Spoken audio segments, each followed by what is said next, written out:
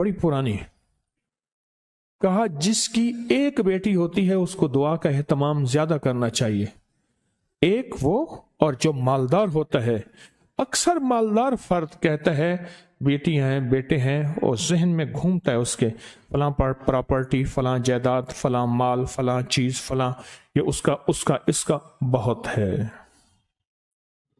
बहुत है, इतना है इनके पास कम ही नहीं होगा, और यही अंदाजे उसको खा जाते हैं, यही अंदाजे खा जाते हैं। देखें, इसकी नजर कसरत पे गई है, बरकत पे नहीं गई। कुत्ती कितने बच्चे देती है और बकरी कितने बच्चे देती है। आज तक मैंने सड़कों के किनारे कुत्ते मरे देखे हैं, बकरी मरी नहीं देखी। और अगर कुत्ते में बरकत होती तो गलियों और सड़कों और बाजारों में जितने वो बच्चे देते हैं ना, उसके रेवड़ होते और भरी हुई होती।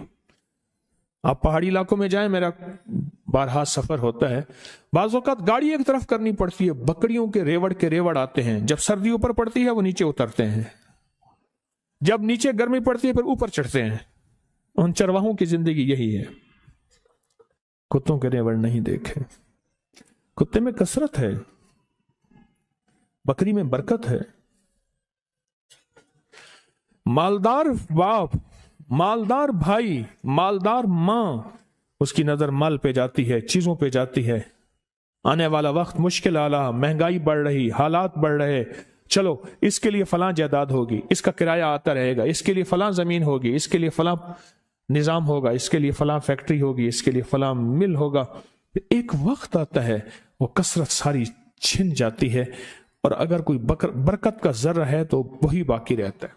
मेरे साथ ना हज पे एक साहब थे, एक सफर में, एक ही कमरे में हम थे, बाबा जी थे।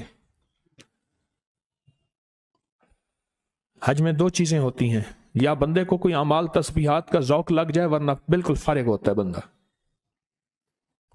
बिल्कुल वक्त ही वक्त होता है। तो मुझे कहने लगे कि मैंने अपनी जिंदगी में ऊंची नीची राहें बहुत देखी, माल ज़ाय किया, रंगीनियों पे, बाप की बहुत जायदाद थी, फलां इलाके में, फलां इलाके में, फलां इलाके में बहुत ज्यादा माल था, बहुत ज्यादा था। सारा मैंने ऐसे ना हाथ करते थे, ऐसे फूंक मारते थे, कह रहे मैंने सारा फूंक दिया। ये मुझे अपनी खास पंजाबी में वो बता रहे थे, फूंक दिया, सब कुछ खत्म कर दिया। क्या लगा जब कुछ ना रहा, फिर मैंने लोगों से लेना शुरू कर दिया, माल लेना, उधार लेना शुरू कर दिया। फिर एक वक्त आया लोगों ने भी देना बंद कर दिया, और अब लेने वाले मेरे पीछे पड़ गए कि वो तूने जो कर्जा लिया था वो दे, कहां गया। तो कहा कि फिर एक और शादी कर ली। शादी के अलावा और कई शादियां थीं जिनके साथ शादियां नहीं थी लेकिन थीं। फिर एक शादी कर ली, बीवी सारा कुछ देखती रही, दाना जीरक समझदार नेक बीवी थी, देखती रही सारा कुछ। एक दफा मेरे हालात देखे तो मुझसे कहने लगे कितने चले हो। कहने लगा मैं कराची चलिया थे, आंदा पे। मेरा हाथ पकड़ लिया, तो खुदकुशी करने जा रहा है समंदर में ऐसे। हाँ,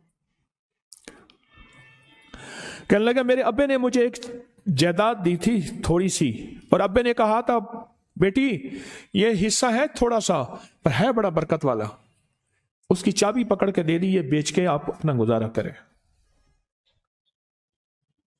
बेच के ना, क्योंकि दाना जो माँ है और दाना बीवी है, वो आंखें पढ़ लेती है, जज्बे पढ़ लेती है, कैफियत पढ़ लेती है, उठे कदम पढ़ लेती है, वो पढ़ लेती है कि है इस वक्त ये किस पानी में है और इसका थर्मामीटर क्या है। वो उसके पास थर्मामीटर होता है। कहने लगे मैंने वो चाबी ली, और वो चाबी लेके गया, देखा, मैं देखा तो एक बंदा आ गया। कहने लगा बाबूजी ये तो आज तक बंद पड़ा था, आप कौन है। कह रहे मेरा है, बेचोगे। قدرت کا نظام ہے، وہاں تک تھا محلہ، وہاں تک مارکیٹیں داخل ہو چکی تھی. میں لاہور اندرون شہر کی بات بتا رہا ہوں. مارکیٹیں گھومتی گھامتی وہاں پہنچ گئی تھی، اور وہ مارکیٹوں کے درمیان ایک مکان پڑا تھا.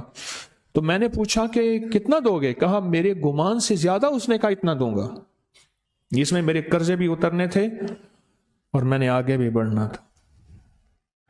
پر وہ رزق حلال کا وہ چھوٹا سا مکان کہا میں نے بیچا. بس اس نے بیچنے کے بعد میرے جذبے، میری سوچیں، میری کیفیت بدل گئی. 7 سالہ دور چرخ تھا ساغر کا ایک جام، نکلے جو میں کدے سے دنیا بدل گئی. نکلے جو میں کدے سے دنیا بدل گئے. اور کہا کہ بس اس پہ میں نے جو پھر کام شروع کیا، جو مجھے رب نے برکت دی، جو مجھے رب نے نوازا، اور مجھے رب نے جو عطا کیا، اتنا اتنا اتنا. آج بھی زندہ ہے وہ بابا جی، آج بھی زندہ ہے. او ماشاءاللہ، رب نے بہت عطا کیا. یہ حلال تھا اور اس میں برکت تھی، کثرت نہیں تھی. اور کثرت ختم ہو گئی تھی، برکت نے اپنا رنگ دکھایا اور برکت باقی رہ گئی. اگر ہم چاہتے ہیں کہ اپنے بخت اور نصیب اور پیشانی میں کچھ بھروا دیں، مقدر، بخت، نصیب، عزت، دولت، رزق، روحانیت، تو کچھ وقت دعاؤں کو دیں. کچھ وقت دعاؤں کو دیں. محمود غزنوی سے کسی نے پوچھا، بادشاہ بھی ہے. 1000 سال پہلے 1974 میں کابل میں زلزلہ آیا، اس کی قبر پھٹی. 1000 سال کے بعد محمود غزنوی ویسے کہ ویسے تھا. اس کا کفن بھی میلا نہیں ہوا تھا کہ بلیا اسی مرنا نہ ہی، بلیا اسی مرنا نہ ہی، گور پہ آ کوئی اور. اللہ کے عاشق زندہ ہوتے ہیں.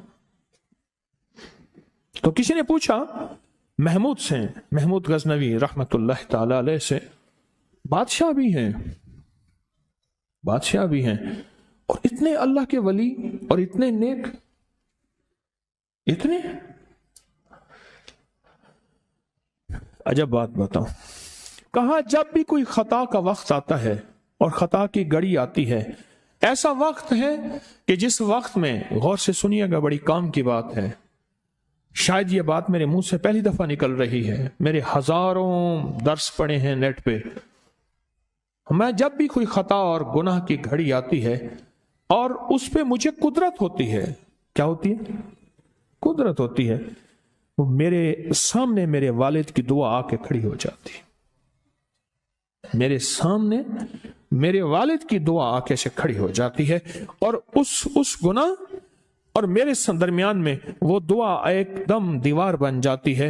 اور اللہ پاک مجھے عافیت اور عفت، عفت کہتے ہیں پاک دامنی کو، اللہ مجھے عافیت اور عفت عطا فرماتا ہے. دعا نسلوں میں جاتی ہے.